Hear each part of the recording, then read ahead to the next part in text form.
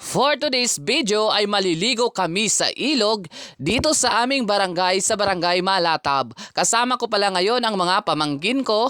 Nakasakay kami sa motor kanina kaya lang na flat kaya nauna na kami at naglakad na lang papunta doon kung saan kami maliligo. Dahil nga maliligo kami, dapat may dala kaming pagkain para pag nagutom ay may kakainin.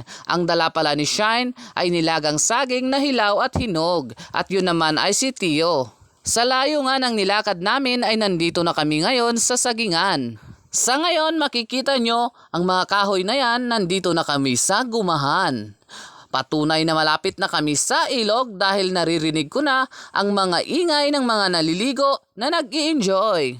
Dahil nga nagutom rin ako, kaya humingi ako ng kapirasong saging kay Shine. Dahil nga siya ay kumakain, syempre humingi na rin ako.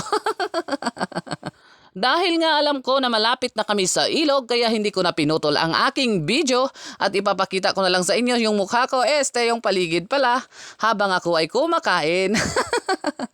O diba, nandun na yung mga kasama ko sa unahan.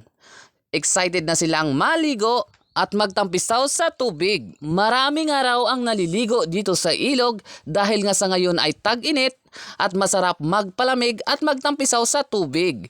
Lalo pa at ito ay libre. Heto na nga, alam kong malapit na kami sa gilid ng ilog dahil nakikita ko na ang mga sasakyan na motor.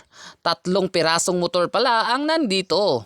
Ayun na nga yung 3 kong pamangkin na una na sa akin. Syempre dahil nga sa nagbibideo ako, medyo natagalan ako. Pero hindi ko naman hahayaan na malayo yung distansya nila sa akin, di ba? Nandito na nga kami sa wakas sa tabi ng ilog. Nauna na yung mga kasama kong mga bata dahil mas excited sila sa akin na maligo. At ayun na nga si Shine yung naka-stripe na white and black. Yun na nga yung mga nauna sa amin na naligo dito. Mabuti na lang at hindi sila masyadong marami para okay. Kung makikita nyo ay mayroong tumatalon doon sa bangin papunta doon sa tubig. Ang ganda rin ng kulay ng tubig, halatang malinaw.